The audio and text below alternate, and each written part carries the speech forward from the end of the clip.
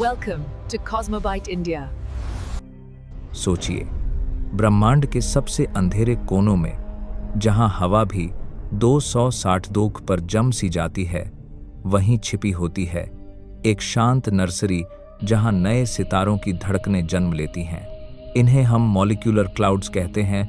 Milky वे में फैले ऐसे विशाल बादल जिनके भीतर गैस और धूल का अपार भंडार छिपा होता है। तापमान केवल 10 से 20 केल्विन। यहीं से किसी नए तारे की यात्रा शुरू होती है।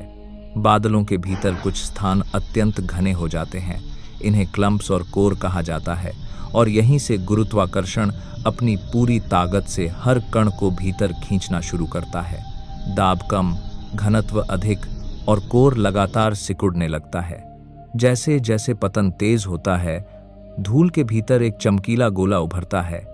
इसे प्रोटोस्टार कहा जाता है। अभी नाभिकीय संलयन शुरू नहीं होता, लेकिन भीतर का तापमान लाखों डिग्री तक पहुंचने लगता है। प्रोटोस्टार सिमटता है तो उसका घूर्णन तेज होता जाता है।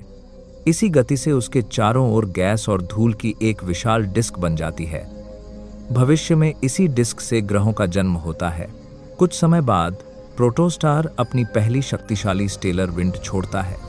डिस्क बीच का रास्ता रोक लेती है, इसलिए हवा केवल ध्रुवों से बाहर निकलती है, सीधी तेज दूर तक।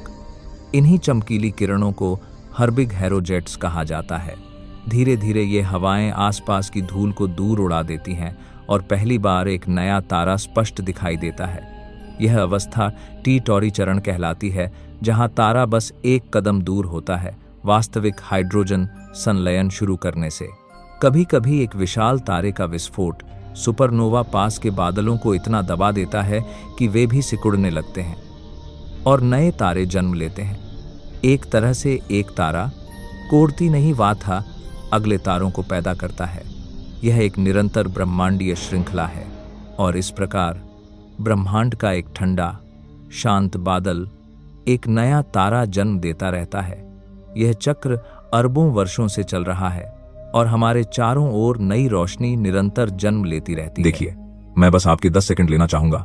आपको लग सकता है कि यह सब सिर्फ एआई में एक प्रॉम्प्ट डालने से हो जाता है, लेकिन ऐसा नहीं है। इसके पीछे बहुत मेहनत लगती है।